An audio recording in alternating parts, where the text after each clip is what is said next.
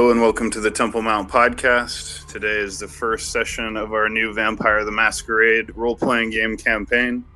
I will be storytelling Raul Shanaterakar, and my good friend Zoo will be playing with me as well. And we're going to start with a solo introductory story for Zoo's character, Michael Williams. So join us on the Temple Mount Discord server and follow us on YouTube and BitChute, where you can find these podcasts and hundreds of others. Welcome, guys. Welcome, Zoo. How you doing, brother? Doing quite well. How about yourself? I'm doing good. I'm excited to get into this. So, your name is Michael Williams. You are 28 years old. Life has not been kind to you. Over the years, you've lost touch with your family and most of your friends. You live alone in a small apartment on the outskirts of an urban forest known as Wildwood Park. Wildwood Park is one of the more desirable residential neighborhoods in Greater Cascadia City. You just happen to live on the rough edge of the road. Today, the evening is falling. The date is May 21st, 2027. You are in Greater Cascadia City on the outskirts of Wildwood Park, and you are leaving your apartment at approximately 10 p.m. Twilight is falling, the sun is going down, and the moon is rising. You notice that tonight is a full moon, and you feel a strange expectant energy come over you. You feel uncharacteristically anxious, as though some ominous feeling of impending doom or danger is pawing at the outside of your mind. But the fresh air calms you down and you begin walking into Wildwood Park. It is a pleasant place for an evening walk, and you've made a habit of going for a stroll in the evenings when you feel restless, as you do tonight. There are trees everywhere, full elm in bloom, and periodically the sidewalks are illuminated by street lamps, spaced out approximately 20 meters apart. They provide the only light other than the natural light from the full moon, which is rising above the horizon. Go ahead and roll a perception check. And remember, for perception, we're going to use your wits stat as your perception stat. So roll a perception check, okay? And for your difficulty for a success is going to be 7. So roll your perception, that number of dice, and for every roll over 7, you'll get a success. So how many wits do you have? Just one? One. Okay. So you continue to feel a sense of ominousness, and as the night begins to grow darker, you feel a strange, almost superstitious, your hair raising up on the back of your neck. You're not prone to this kind of nervousness, so you're wondering what's going on. You turn and look around in all directions, but you can't see anything except the deepening shadows under the trees and the houses, all of which seem to have their lights off, as though the people inside have already gone to bed. Only an occasional light is on in the neighborhood. You look around, but you can't hear or see anything out of the ordinary, so you continue your walk. Do I roll again? No. So as you're walking, you hear footsteps behind you, and you turn around and see a figure in the distance. It's hidden in the shadows, but something or someone is definitely following you. And moreover, you seem to see a strange gleam of 2 eyes shining in the night with a strange pinkish color for just a moment before they disappear into the shadows again. The figure was probably about 15 meters behind you, and it's moving almost silently, but you can still see a shadow gliding from tree to tree. You can see the sensation of movement.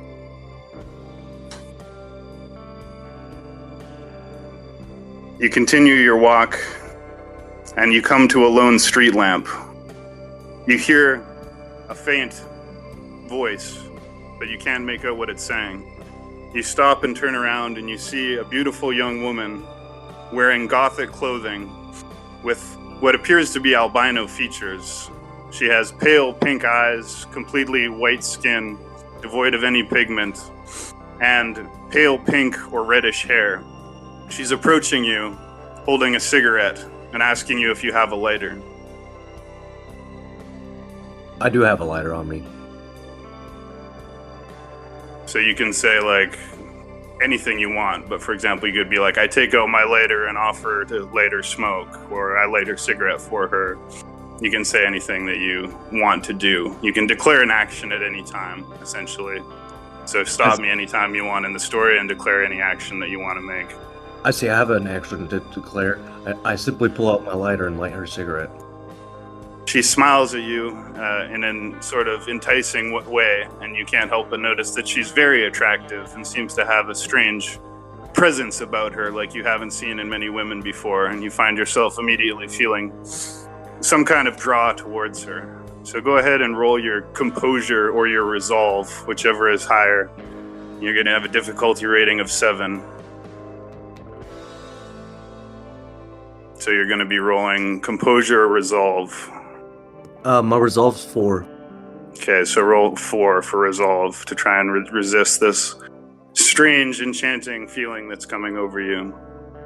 As the girl is puffing on her cigarette, and she offers you the cigarette after she takes a few drags on it. I rolled a 1. You want to roll 4 dice, though. So you can use count, like put D10 and then count 4. Only now you'll do count 3 because you rolled a 1. So the difficulty is 7. So far you have 1 critical failure and 1 failure. Just roll. You can roll 2 at once if you just put count 2 by clicking on count and typing in 2. Or you can do it 1 at a time. Okay. So you got 1 success and 1 critical failure. So you're basically noticing this girl's like glowing pinkish eyes, and you're becoming like hypnotically fixated on her as you take the cigarette from her hands and you take a drag on the cigarette. You feel like a strange, almost like intoxicated feeling coming over you. She says to you, "It is a beautiful night to be alive, yes?"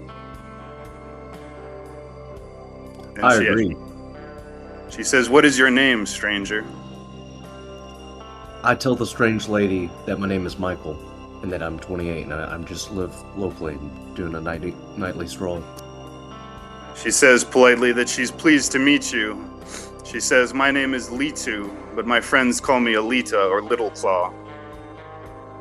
So roll a perception check again, unless you have awareness, in which case roll awareness and perception. I got awareness at 5. Okay, so roll awareness plus perception, which is wits. So roll or just roll 5 for awareness. So roll 5 d10.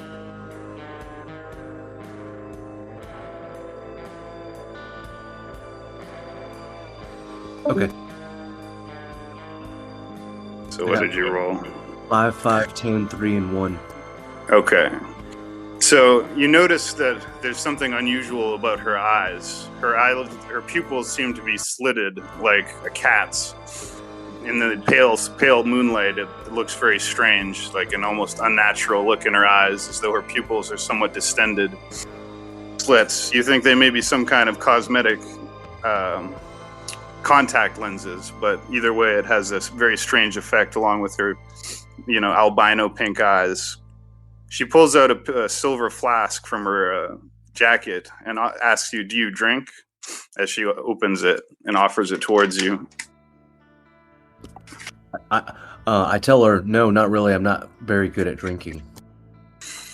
She says, "Well, it's a full moon, and a night like tonight deserves a celebration. Surely you won't make me drink alone?" She takes a small sip of the vodka and then hands it to you again. You can smell the vodka coming out of the flask.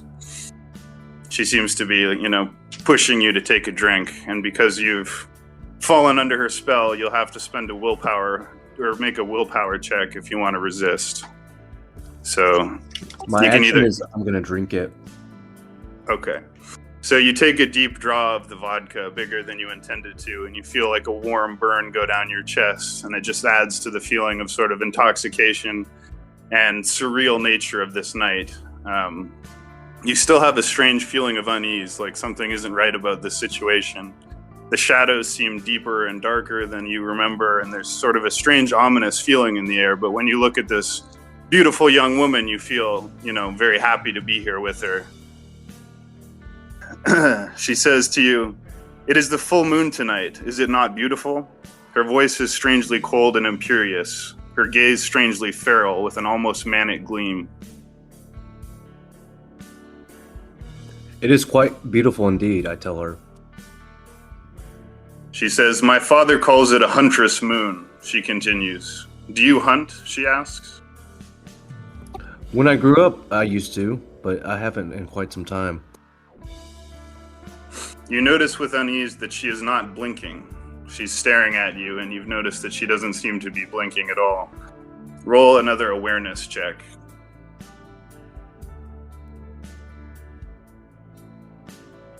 I rolled a 3. You have a dice pool of 5 in awareness, so you would roll 5 dice total. If that's what your stat is.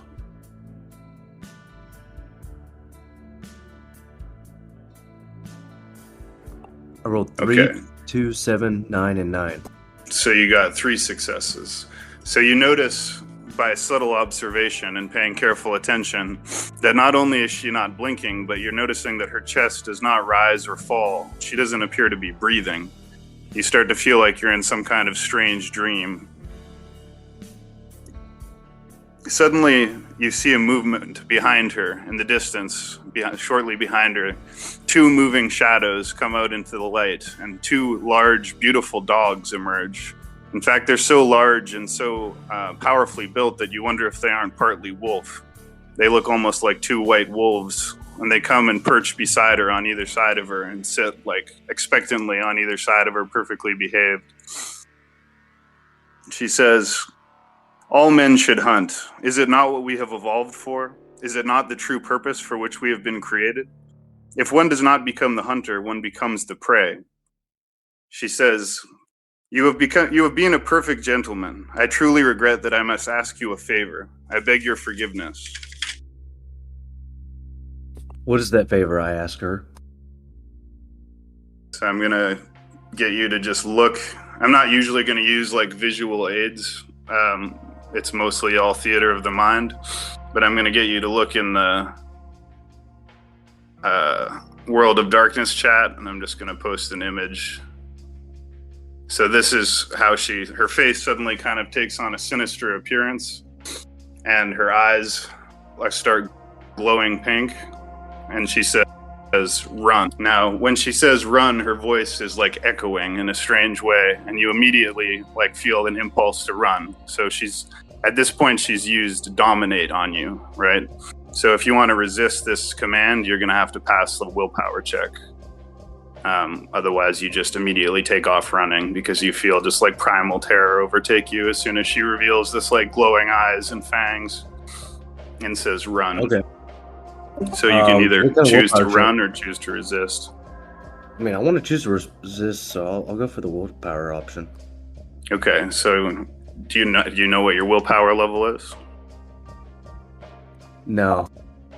Okay, just set it as like, if it's 10, just set it as 5 as your starting value. So you can spend willpower to automatically pass tests or checks, and you can also roll willpower as like a stat. So in this case, roll willpower, we'll say it's 5, and to resist this, you're going to need at least 2 8s. All right. Because the power of her voice is dominating you, and she just told you to run.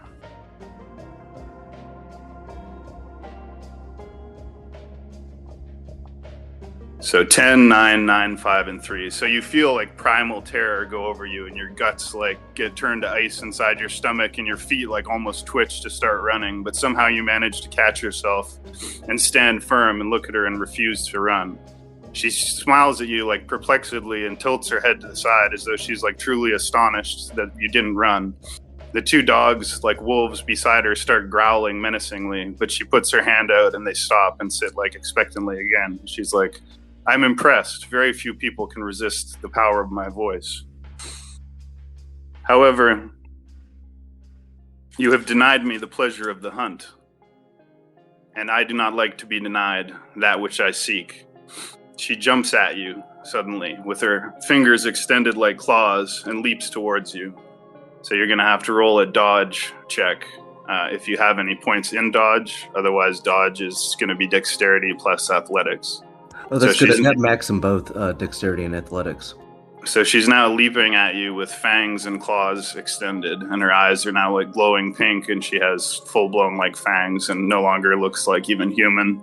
You can tell that she's some kind of supernatural creature. But she's leaping at you extremely quickly, and she's moving with remarkable speed. So go ahead and roll a contested check, is what we're going to do. So you can roll your dexterity plus athletics, and she's going to roll hers, and whoever gets the higher roll is going to win. Is how we're going to do this. So that would be 10 for me, right? Because I got 5. Yes. Now she has a discipline called celerity, which means that she can take an extra action, and it gives her supernatural speed, but you still have very high stats in this. So she's going to roll 5 for her dexterity. We'll give her 3 for athletics. Oops. You see my first rolls up there for the first 5. 1, 3, 3, 10, and 1? Yeah, and then I'm going to roll the second 5 right now. Okay. I rolled 2 critical failures, so that takes away 2 successes, leaving me with 1 success. Okay, so again, she leaps at you incredibly fast, and yet somehow you're able to dodge out of the way with a quick sidestep, and she kind of flies past you and lands on her feet and spins around again. She laughs like manically, like this is just incredibly fun for her, and she can't believe that this is like happening, basically. So you're free to take an action now because she just made an attack. So I was assuming her initiative is higher than yours because she has celerity, which gives her supernatural speed. But it's now your turn to make an action in the combat that is now going on. Can I make an attack? Yep. You can do any kind of attack you want, from a punch or a kick to a tackle, or if you know martial arts, you can use martial arts. If you have a weapon on you, you can try and use a weapon.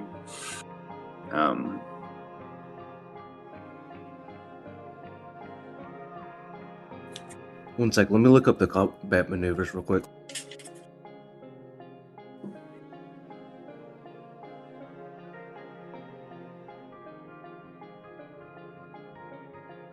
Yeah, you can use any of the combat maneuvers from the manual, or you can just roll like dexterity plus brawl, and then we can do it as contested roll, or your attack will have as many successes as you get with that.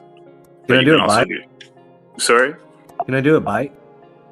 A bite? Yeah, you can, but you're not a vampire at this point, so you're just an ordinary person, so you don't have like fangs or anything. Then I'm gonna do a kick. Okay. So go ahead and roll whatever it says there for a kick. So it says dex plus brawl, so is that 10? Because I got max dexterity, max brawl. Yeah.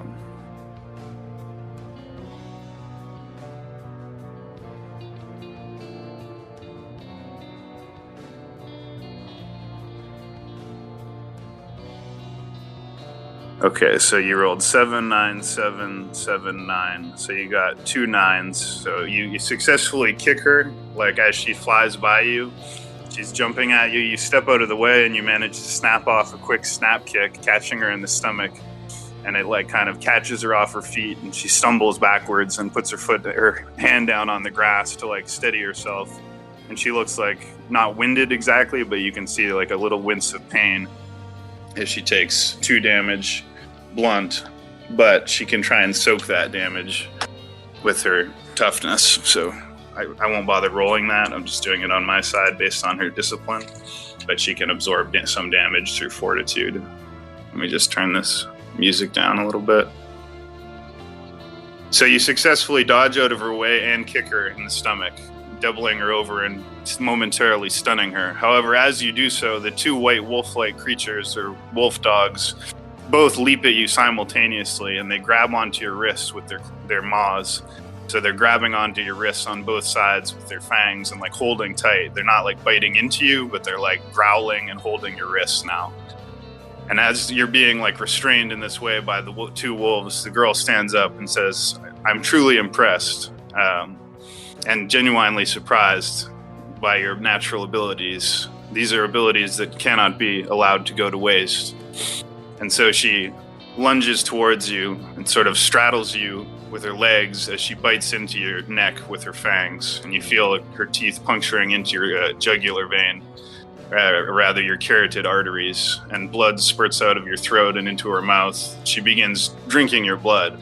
And as this happens, you feel like overwhelmed by a sense of euphoria. Like it feels like heroin and MDMA are being injected directly into your neck through this like bite mark. So if you want to resist this in any way, you're going to have to pass a willpower check or spend at least 2 willpower points to even try to resist it. I'm not going to try resisting. Okay, so you submit yourself to the ecstasy of the bite, and you're just completely floating on cloud 9, like you're just overwhelmed with this pleasure as the blood is draining out of your body, and you begin to get lightheaded, and like you're just completely, your whole body goes completely limp as this beautiful young woman is like drinking all your blood out of your neck. You don't feel any fear. You've completely succumbed to this. You've been hypnotized, and you slowly black out into just like a cloud of pure pleasure. And for a while, you essentially go down into a deep, dark place, and you feel almost the taste of death, like you're descending down into the grave, into darkness. But above you, you see a bright white light open up, shining like through a portal, and there's like a bright white beam of light shining down on you. And up at the top of the white light, where it opens out of the darkness, you see people that you recognize. You see your family, you see your friends, you even see pets, cats and dogs that you had when you were children, and they're all smiling down on you lovingly and like looking at you with like acceptance in their eyes. And part of you feels like you want to float up and join them by going through this white light, but another part of you just wants to stay in the ecstasy of this dark pool that you're inside of right now, and you feel like you can, barely move. So what do you try to do? Do you try to go into the light? Do you remain where you are, take any other kind of action, or make a willpower check? I decide to remain in the darkness. Okay, so you remain in the darkness, and suddenly the white light slowly begins to fade, and the portal closes, and with a feeling of like great and ineffable loss and sadness, your family and friends and the people who are waiting for you disappear, and the light closes, and you go down into darkness, and you taste death. For a period of timeless time, you're in the grave, dead, floating in this vacuum, this void of darkness. And then gradually you feel yourself rising, and you feel some kind of warmth in your mouth.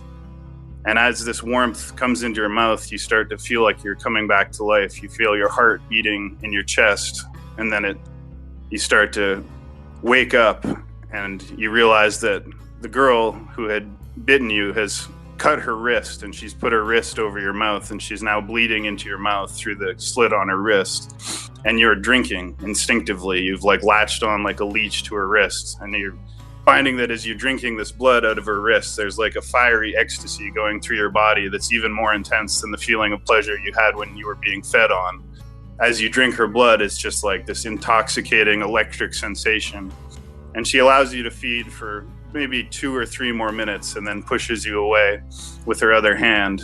And she's crouching now and staring off into the distance with like a hazy, like vacant look in her eyes, like she's looking off into the distance as though she's seeing some world that like you can't see. But meanwhile, you're sitting up, and you're realizing like all of your vision is 1,000,000 times clearer. You can see more clearly than you've ever seen before. You feel like an electric ecstasy going through your body. You notice that even your skin looks different. It's like clearer. All your freckles and moles and like anything on your body like that has disappeared, and you look like almost like you're slightly glowing in the moonlight, and you just feel amazing, like you've never felt this alive, basically. And the 2 white wolf dogs are both lying, just lounging beside the girl who's sitting and staring away. And essentially, it says, "You have never seen so clearly, never felt so alive. You feel reborn and transformed." And so you have now been transformed into a vampire through the practice of the embrace. And so now you can assume, we'll stop the story here for now, but we can now assume that your character is the vampire that you created in your character creation sheet, essentially. I see. Like a tutorial on a short character creation and introduction. I like it. That's essentially the idea, and also to explain like what the embrace is and like what happens when you become a vampire and how it happens and who your sire is and how the dice mechanics work a little bit. I'm going to award experience. So the experience thing is basically 1 for role-playing, 1 for heroism, 1 for like basically up to a total value of 5 experience points. So since it was the first time you played, you did. I didn't really give you much chance to role-play, but we'll just say you can have 5 experience points and just put that on your character sheet or on a separate notepad. 10-4 got.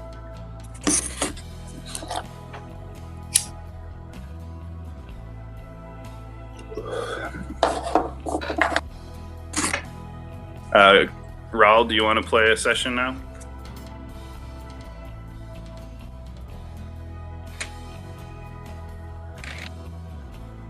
Are you there, Raul?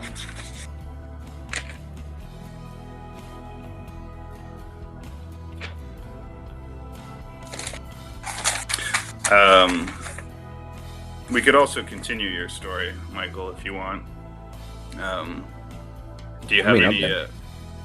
Do you have any like feedback? We're supposed to ask usually about like the way the storytelling works, the way the rolling works, or anything. I like it so far. I think I got a better hang of it and everything. I think it just take me time to get used to thinking and ad-libbing my own actions. Yeah, that's essentially what you want to do is actually act like your character, talk like your character, ad-lib your own actions, exactly. So, Raul, are you there? Greg? Yeah. Yep. Do you want to play your session? Sure. Okay. So...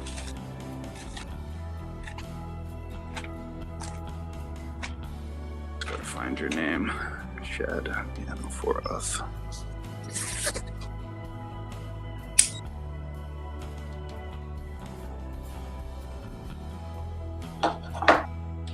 All right. So the date is May 21st, 2027. Your current location is your office in the University of Greater Cascadia in the Esoterics Division.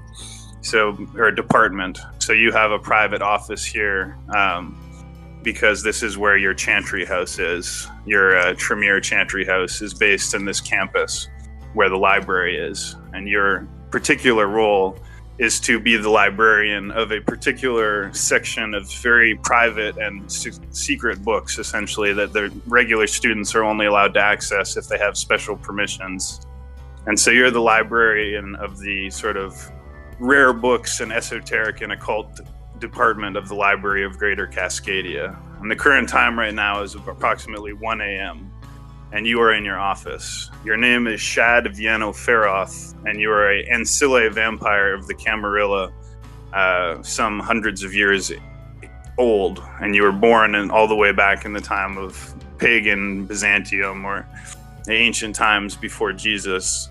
But you'd spent hundreds of years in torpor. At some point in the past, you went into a state of hibernation, and since you woke up, you've been working as a librarian, keeping a relatively low profile, but occasionally doing important work for the prince of the city or other important members of the Camarilla government. And so currently you're just working in your private office, poring over some rare books that you just received. You have a phone in your office, as well as like a lamp, a bookshelf, a desk, and a bottle of Vitae in your desk, which is blood that you have from your chantry, which provides you with this. And your phone rings. So, Shad is currently sitting with his kind of feet up on his desk, putting away a number of books after carefully bookmarking his last place in them with the piles of research that he's mandated to do, some other piles that he wants to do, and is currently playing with his own little invention, which has high iron content blood and a few magnets, and he's whisking them around, playing with the direction and shape of the blood as the phone rings, snapping him out of his momentary solace. With a heavy sigh, feet off the desk, stands up and picks up the phone. Yes. On the other end of the line, you hear a familiar and welcome voice. The very attractive and seductive voice of you like to consider her a friend, Sarah Fairbrook. She's the harpy of the city of Cascadia. And as an Ancilla, you're aware of what a harpy is. A harpy is essentially a cultural attaché of the prince who's in charge of things like cultural, artistic, aesthetic, and social roles within the Camarilla government. They're basically the social engineers of the Camarilla government working under the prince, who is, as you know, a Ventrue. And anyways, she says, Shad, how are you, my darling? I'm doing fine, just buried in research as usual. And on what occasion does it come to me that a harpy would reach out to me, Sarah? She says, I'm having a party at my nightclub. You know that she runs the Pyramid nightclub downtown. And she says, I have special tickets for you and a +1 if you want to bring somebody. But I'm inviting you tomorrow, and it would be a terrible disappointment if you don't make it. I have something important I want to talk to you about after the after party. I'm not one for social interaction and engagement. If this is to do with the social hierarchy, if this is demanded of me, I will be there. But I don't want any false pretense from you, Sarah. Don't pretend like this is beneficent. She says, you'll just have to trust me, darling. But don't trust me. Don't be late. The club opens at midnight tomorrow. I've already put your name on the list, and you don't need to wait in line. Just go right up to the bouncer. He'll show you into the VIP room. Trust me, you won't regret it. I have something important to discuss with you. This isn't just a simply social occasion. Assuredly. I'll see you then, Sarah. Click. All right. Sarah hangs up the phone.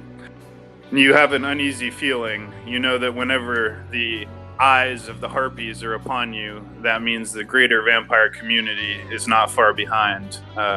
Despite their soft power, harpies hold considerable influence. Vampires are notoriously gossipy and politically conniving, and the harpies are the masters of that. So you know that to even be contacted means you're now, some string in some kind of web that you don't yet understand. But you also know that it would be an insult not to attend a direct invitation from the Toreador. And so, the Pyramid nightclub tomorrow. Now, I begin to mutter to myself, political intrigues, vying for power. Why won't they just leave me to my notes? And on that note, you do get the rest of the evening to yourself and to your notes. It passes quietly as you sip on some vitae, and you don't hear any comings and goings from the other chantry members that you share this chantry house with. You're currently studying 3 very unique occult books that have come in. One from the Middle East, one from the land of what is now Persia, and a third that was rumored to have been looted from Iraq during the Operation Iraqi Freedom. So you have these 3 new books that you've been asked to review and introduce into the library. So roll intelligence plus occult, if you have that, with a difficulty of 8, we'll say. Okay, D10, and we can only do 5 at a time, right? Yeah. Actually, I should have pulled up my character sheet already, but I've got it right here. 1 second.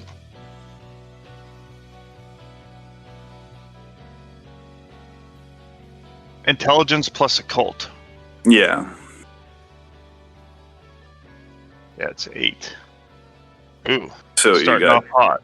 There's 2 5 of critical them. successes. So as you pour over these books, you realize that they're written in code and cipher. There's strange symbols used that are not commonly used. There's strange language that you can tell is in code, and strange diagrams and glyphs that are very complex that you've never seen before. So you kind of lose yourself in studying these books, and you start to make progress. As you take notes, you start to decipher the code contained inside of these books. And with rising excitement, you realize that contained within the book from Iraq are segments of the ancient Canaanite Book of Nod, which is, for lack of a better word, the vampire Bible that all vampires are constantly struggling to reclaim any lost scraps of vampire lore. So one of these books actually contains a few fragments from the Book of Nod, seemingly like original manuscripts. So these are both valuable and important information. The second book is even more interesting to you because it seems to contain a rite, an occult ritual from the Tremere bloodline. So, for role-playing reasons, you got 2 successes. Actually, I got 4 successes. So it's 10, 5, 10, 7, 7, 10, 10, 7. Okay, so we'll say you can choose any ritual from your ritual path or that you have unlocked, and you can begin to learn that. And we'll learn that by studying these books with all these successes. Real quick mechanism issue. Rituals are not particular to paths. Okay. Well, regardless, you can choose a ritual I know that you one. would like to learn. It's going to be the talisman one. So as I look over these notes, I look at the fragments and incorporations from the Book of Nod, and I say, to myself, my adversaries in the Sabbat will be very jealous. Better to keep this one under wraps. And I pour through the second book, and my eyes widen. The talisman.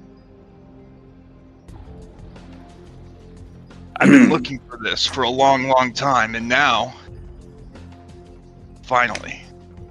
And I just start getting to work, scribbling out notes and looking at the records and explanations and kind of inferring what kind of magic is behind this to prepare for myself a ritual of the talisman. And I see that I need a long stick or something like that. It has to be very long enough to include all the different notes that I know about the subject. And I start thinking about how to lay them out, how to make them efficiently flow together to save space on the instrument, and start looking around my office for something that I can use now. I think about it and say, no, none of this will do. I'll keep my eyes out. So you lose yourself for the rest of the evening in compulsively studying the text, scribbling notes, and working on this new ritual of talisman creation that you're unlocking from these books. And before you know it, you can feel that dawn is coming in the next few hours, and so you have to go into your state of rest. You're safe here in your office because there's no windows and no natural sunlight. But nevertheless, you drift into torpor for the daytime and sleep away the hours of the sun, which you have not been able to see for hundreds of years due to the curse of Cain that is upon you and all the kindreds of vampires. But you have dark dreams, and it seems as though the symbols and images that you poured over in the books are dancing and moving in your dreams and kind of glowing with a sinister red light. And you feel the sense of some kind of sinister, supernatural presence in your dream. And you can tell it's not an ordinary dream. There's like some kind of shadowy figures that are hovering around you. And you want to move and fight them or swipe at them or jump up, but you're strangely paralyzed. You kind of toss and turn and have a very fitful torpor for the night, full of strange nightmares. But before too long, you awaken again, and it's now the following day, or rather the following night. You've awoken just after sunset, and you have about 2 hours to prepare before your appointment with Sarah Fairbrook at the Pyramid nightclub in downtown Cascadia. So at this point, I would have done a couple things. I have a ritual that is Heart of Stone, and it lasts for as long as I want it to last. That doesn't go away when I sleep. So my heart is actually made of stone now to preventative measure from any kind of attacks or staking that may come about. And I also have kind of 2 sets of clothes that I wear. One is a suit, very modest, dark navy, no pinstripe, no lapel, dark navy suit with a white undershirt and a collegiate blue striped tie. Apart from that, in my wardrobe, which I approach and open, just a small closet that I keep in my office here, are a set of robes that look not particularly showy, but are long and flowing, with some ventration down the sides. It can almost pass as a modern overcoat, but not quite. I throw it on over my suit and walk out into the cold night with all 3 of the new the first 2 of the 3 new books securely on my person. I'm not willing to lose these, I say as I tighten the sash and walk out into the night with my hands in the coat pockets. So you leave your home and begin walking towards the downtown district where your Toreador friend, the Harpy Sarah Fairbrook, operates the popular Pyramid nightclub. You pass other nightclubs and liquor stores and beer vendors, and you see the homeless people and the meth addicts that are so common on the streets during these dark years of late, as well as well-dressed, fancy couples and young students partying. It seems to be like a lively night on the Strip with the usual mix of, down and out characters and young party people having a great time coexisting side by side with, poverty and homelessness and graffiti on the walls. But downtown is active tonight. As you approach the Pyramid, you notice that there's a long lineup, and at the front there's a tan-skinned man, very big, wearing a tight black shirt that says security, and he's a big muscular guy. He's checking IDs and checking a list and letting people in, but this list looks like you'd have to be waiting for like an hour to get in. But you've been told that you can bypass the list and go directly bypass the line and go directly to the bouncer. I stand beside the line for a second, scoping out the situation, thinking of potential threats, glance down the line, looking for anybody that I would recognize as an enemy. Okay, go ahead and roll like awareness plus perception, which we're saying is equal to wit. Or perhaps, we should just say roll awareness. But 7371. Okay. So as you scan the line, you see, beautiful young people that you don't recognize that are clearly intoxicated. You can tell that some people have been using drugs. You hear, frankly, pretty good electronic music pumping out of the club, whether that's your taste or not. It's Sarah is known as a good DJ, and you can tell that her set is starting. And you do notice one person who has long, sleek black hair and like a tight black dress, attractive woman who seems to be looking at you. And when she notices that you've noticed her looking at you, she like abruptly turns away and pretends she wasn't looking at you and starts talking to her blonde friend. But you did notice that she had her eye on you before. She's about halfway up the line at this point. You don't see anyone else that you notice, and you don't recognize her as anybody. I slowly approach the 2 women, and I say, "Excuse me, ma'am," to the blonde woman. She looks at you with curiosity and smiles and says, "Hi." "Do I recognize you from the university?" She smiles and says, "I am a student, but I don't remember if we've met before." I don't believe that we have. My name is Professor Shad, and, I'm not big on these social engagements and encounters, but I've been invited here. I'm on the list, and it would really be a big, big favor to me if you could come along as my +1. It'll make me look really good. And if you're failing in a class, I can put in a good word for you. She smiles like somewhat incredulously and looks at her friend and says, "My name is Amy, and this is my friend Let me just check here real quick. Olivia, sorry. My name is Amy, and this is my friend Olivia. But can you get us both in? I can't leave my friend behind in the line. I suppose I could. It doesn't quite accomplish my goal. It's a little bit showy. Will you be my date, Amy? And then Olivia, we'll catch up with you after we get you in. They look at each other with sort of like questioning gaze, and then you see that Olivia shrugs and Amy smiles and says kind of like, what the heck? And so she takes your arm, and the black-haired woman who was initially looking at you walks beside her, and you go up to the bouncer, and he asks for your ID and your name. I provide it. Okay, he says, oh yeah, you're on the list. Shad Viano Feroth, and I see you have a +1. And then he looks at the two girls kind of questioningly, and he says, I don't have space for 2 tickets. There's only 2 tickets that have been left here for you.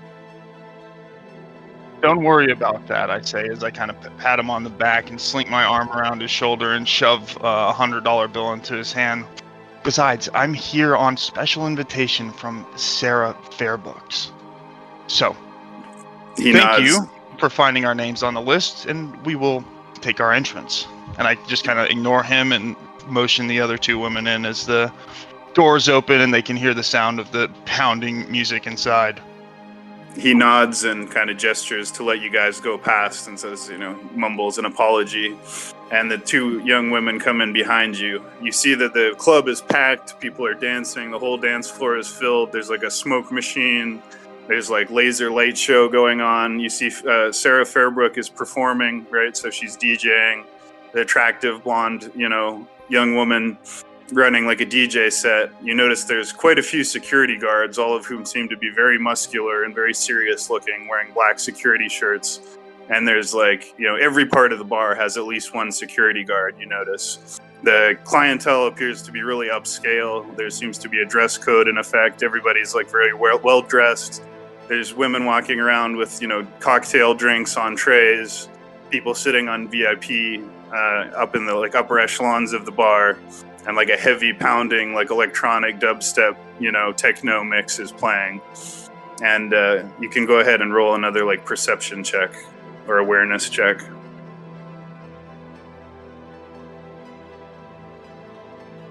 Four, 424. 4424. Okay, so you look around and you're just kind of taken in by all the lights and the people dancing and the show, and you kind of just stand and look around, but you don't notice anything out of the ordinary other than a really active, party night. A woman comes up to you and asks if you'd like a drink, like a waitress. 2, please. In fact, and I motion to the 2 women with me, pick your poison. The 2 girls order chilled champagne, which comes out in 2 fluted glasses, and they kind of raise them in a toast and cheers and drink and sort of start a conversation with each other. You look around and you notice the VIP section that you have a ticket for, and you notice that there's a man sitting there sort of in the shadows. He's got a cigar, even though there's clearly no smoking signs around. He's just smoking a cigar in this VIP lounge. And he's a big, heavily built man wearing a suit, a gray suit, shiny black shoes, black tie. Seems to have a black briefcase sitting beside him, and he seems to be looking directly at you. And he's got a beautiful woman beside him in a red dress who's sipping on a drink that looks like red wine.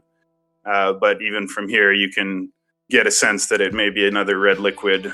And they seem to be looking at you with expectation as Sarah's continuing to play her set. I motion to Amy, will you please accompany me? I know this is kind of strange, but it won't take more than a few minutes at most. Olivia, we'll catch back up with you. Olivia smiles and shrugs and takes another sip from her drink and turns to talk to the man beside her on the other side of the bar. And you and Amy make your way towards the VIP section that you have a ticket for. Booth number 7, clearly marked. And then there's red velvet ropes, and then a circular sitting area with mahogany wood, and red leather seats. And there's clearly a space for the 2 of you to sit opposite from the 2 people there. We do so, and I give a slight nod and wave as we sit down. So the man reaches out to shake your hand and says, "Pleased to meet you, Shad. My name is David Wingates." I look at his hand curiously for a moment, then take it. Pleased to meet you. Do you have any points in politics or etiquette?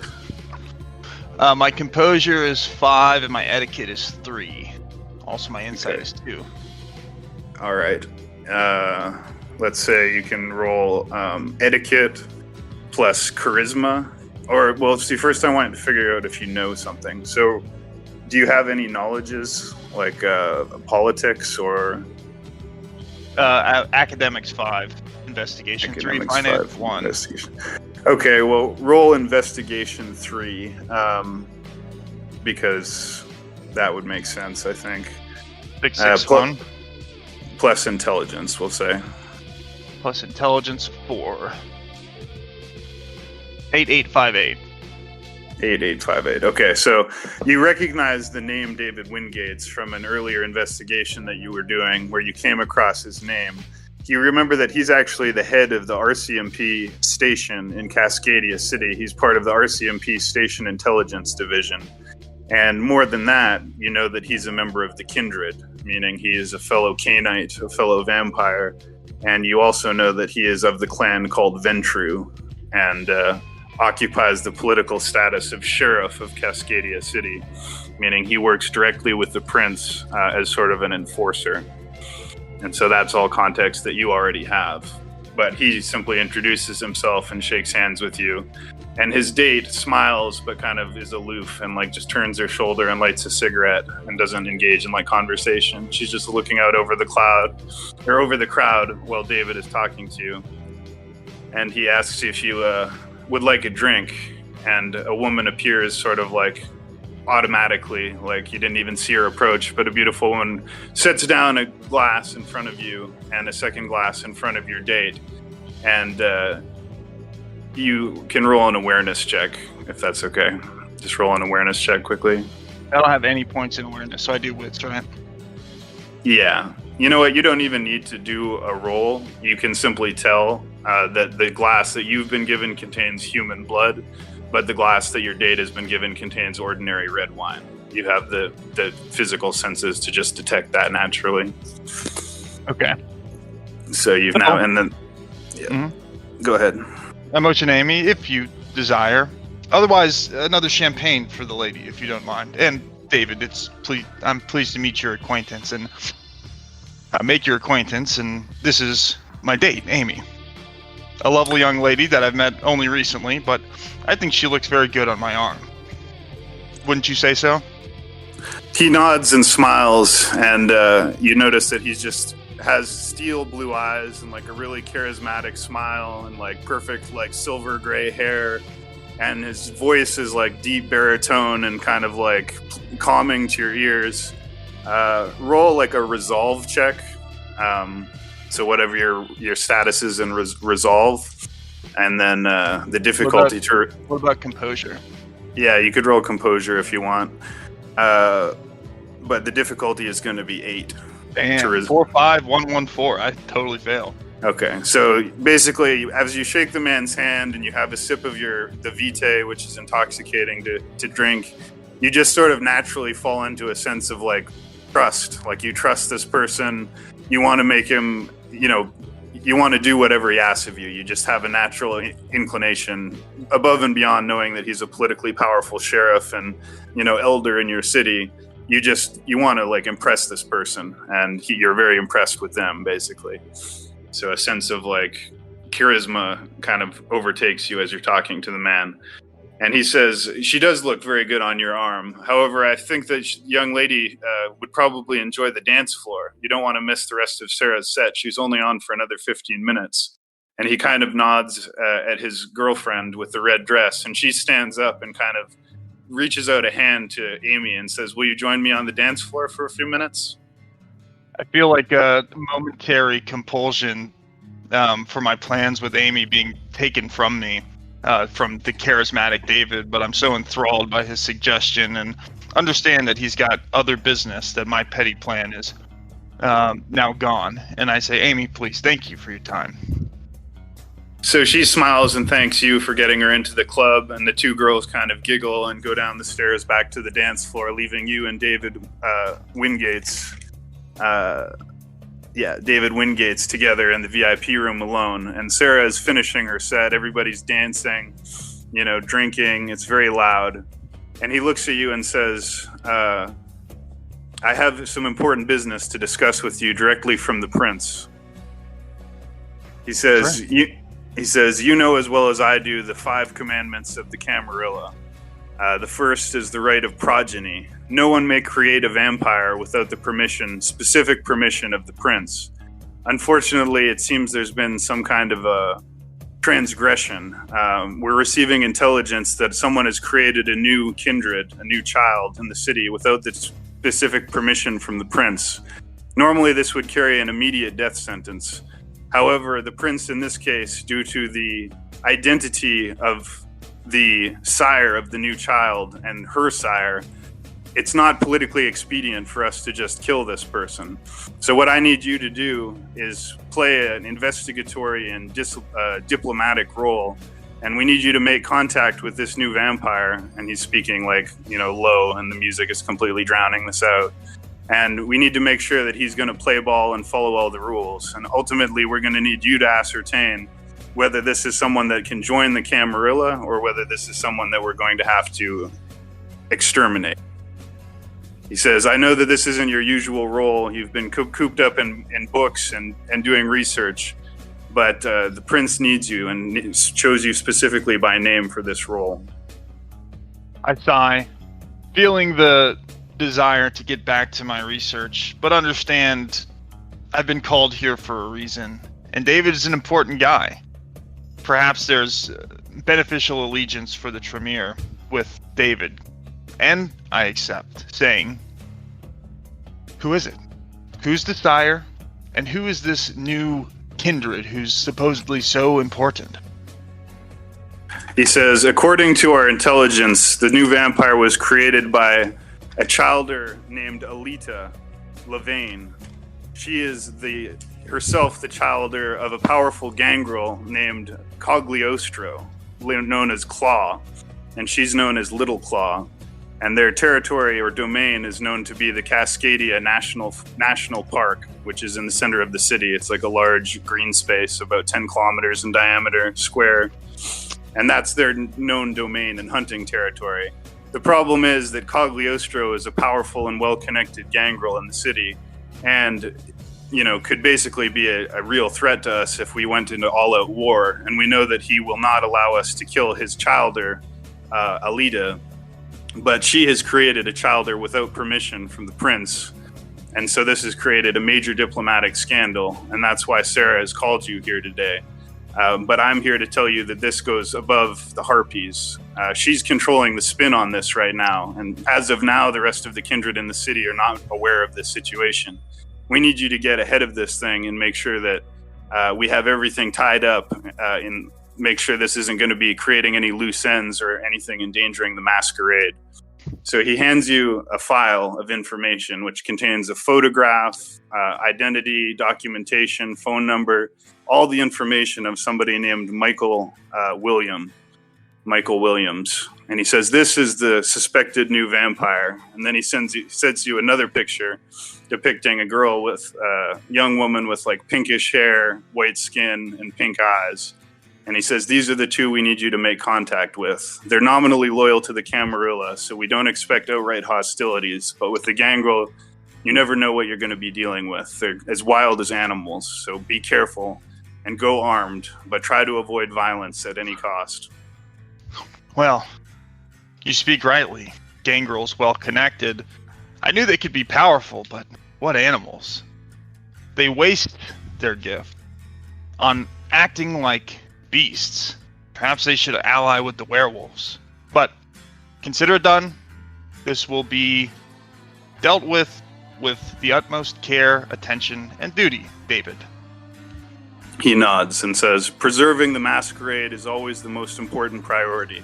The biggest danger to the masquerade is new vampires. They wake up from the embrace full of piss and vinegar, and they want to go around tearing a bloody streak through the night. And before we know it, we have hunters and government agencies on our ass, and the whole city has to shuffle the deck to make sure the secret doesn't get out. You know we've been playing this game for a long time. You know there's Sabbat activity in this city, and the masquerade is getting frayed at the edges. We need you to get ahead of this. We need to make sure that the vampires that are being created are fully online with the Camarilla. It'll be your responsibility to teach them their duties, the domain, and the various commandments of the Camarilla. And if you deem that they are not worthy of joining our society, then it'll be up to you to remove them from the night. Maybe arrange for them to greet the sun. If you need help, he says, he reaches into his pocket and hands you his number. He says, call me, but only if you really, really need to. Do you understand what I'm saying? I assure you, and don't worry it a bit. Consider it done already. You won't hear from it. He nods and smiles and finishes his cigar, putting it out in the cigarette ashtray. And he stands and says, it's been a pleasure to meet you. I have some other business to attend to, and it looks like there's someone else here to see you. He reaches out and shakes your hand and smiles, and again, you feel, a sense of duty to this person. And as he walks away, you see your friend, Sarah Fairbrook, coming down from the stage and crossing over to you as someone else goes up and starts a DJ set. And she smiles warmly and says, Shad, lovely to see you. So happy you could make it. And kind of takes you by the arm and leads you back up to sit down at the VIP table again. And 2 new glasses of Vitae are put out in front of you. And she starting up casual conversation, and she says, so tell me, how have things been over at the Chantry at the University of Cascadia? Any news? Things have been going quite well, actually. Things are proceeding smoothly with developments that may be interested only to folks like me with the specialization and concern for details of the past. Real quick, do I know if Sarah is a Tremere or not? Yeah, you know that she's a Toreador. She's a Toreador. Yeah. Okay. Not things that a Toreador would likely concern themselves with, but I'm happy. How about you? How's overseeing the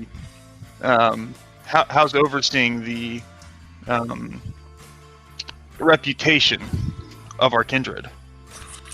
She says, there's never a dull night in Cascadia City, as you know. I've been hearing rumors from all ends of the city that you wouldn't believe. Some people even say the werewolves have been moving into the city. Not just the usual bone gnaw or vagrants either. There's even a rumor that there's a werewolf inside the legislature making moves to city government. These are unprecedented times. And, the prophets and the Ancilla and the Methuselah keep going on about Gehenna and the end of times.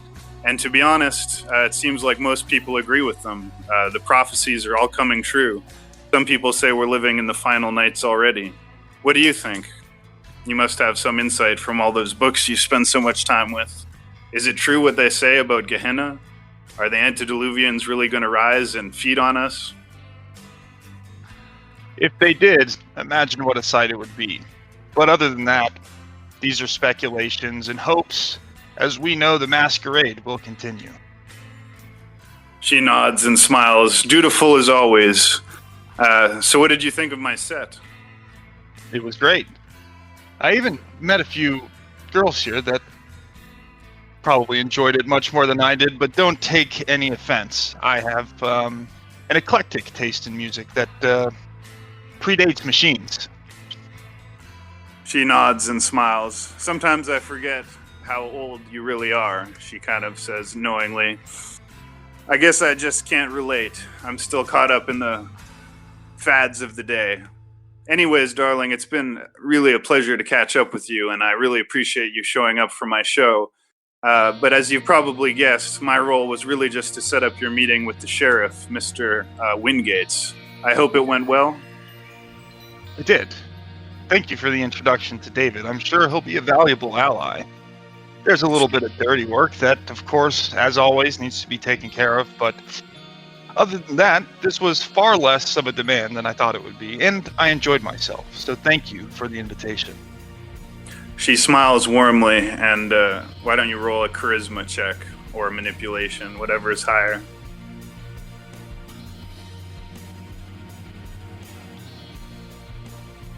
They're both 1. I rolled You a could 5. you could roll etiquette too. Okay, let me get another 3 on it then. So 5, a 6, a 10, and a 7. All right, so you smile at her and make a polite, statement about her set being good and enjoying coming, and she smiles, and you can sense that she genuinely enjoyed this short meeting with you. And you get a sense that even though she's a harpy, and even though she's pulling political strings, and even though she's undoubtedly keeping secrets from you, you start to feel like maybe she really is your friend and someone that you can trust. She smiles and says, you have my number if you ever need anything, and try and get out of your library more often and come by the pyramid. We have a good time over here. You're missing out. But on that note, I have some friends I need to join. Sorry. Go ahead. Before you go, I scouted out a young couple that may interest you. I brought them back here on the pretense of a date, but thought I'd offer them up for your pleasure. She smiles and says, if you're considering joining the after party, I have a ticket to the VIP lounge of the VIP lounge, if you know what I mean. She smiles, and she hands two VIP passes to you, 2 VIP tickets to the after party. And there's an address on it for the after party. It's like a very fancy, like, printed card. And she says, why don't you join me in about an hour for the after party? We'll be going till sunrise. You can bring your friends. I may not attend, but their names are Amy and Olivia, a blonde and a brunette. Do with them what you will. They'll be very excited to be there. She smiles and says, sounds like a lovely time. And you point to the 2 girls on the dance floor, and Sarah goes down with the 2 VIP tickets, and you can see her greeting them and handing them the tickets, and you can see them smiling, and the 3 of them go together to get a drink, and you realize they're going to go to the after party, as you are free to do what you will now. I take a quick scan of the dance floor, the laser lights. There's actually something that I can do. Let me check the rule on this, though. Tell me about the DJ that's playing right now. So the DJ is a man, and he's wearing like a space helmet and like an all leather jacket and like leather pants, and his space helmet is like shining like laser lights, like it's like a screensaver across his like screen of his visor. And he's called DJ Mad Alien, and he's playing some trippy like psychedelic like music. And the people on the dance floor, you can tell a lot of them have been taking things other than just alcohol. You see a lot of dilated pupils and frantic dancing, people having a really good time. You also notice that some of the security guards are kind of gazing at you with curiosity, and you feel like, some of them noticed that you just met with the prince, the sheriff of the city. So they're all kind of looking at you with an appraising look, like some of them look a little bit nervous, other of them look kind of like admiring. I go and get a drink from the VIP section and say, red wine, wink. And I grab out of my pocket a small rusty piece of metal, begin casting a ritual that takes only 5 minutes. And I cause the laser helmet of the DJ to go haywire. Okay, what's the name of this ritual? It's called Machine Blitz. Machines go haywire when this ritual is cast. It takes effect immediately and lasts as long as the vampire concentrates on it. This ritual may be used to kill car engines, erase flash drives, drain the battery of a cell phone, stop life support machines, etc. Essentially, Machine Blitz stops any machine more complex than a rope and pulley. Okay, and what do you have to do this ritual? Because you're sitting at a bar with a glass of blood in front of you, and people are like dancing around you. So it's real simple. I just need to like hold on to the piece of metal and like cast some words under my breath.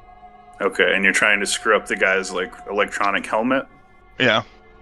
Okay, so you take 5 minutes and you focus and you do the ritual, and a few people kind of look at you curiously but don't react otherwise. And then as you complete the spell, I guess, do you have to roll something for it? or is it an automatic success if you spend a blood point? Does I'm it not say? exactly sure how that works. It's a level 2 ritual. Okay. Well, why don't you roll your thaumaturgy, which is 5, and you'll need 2 successes, and we'll say the difficulty is 7.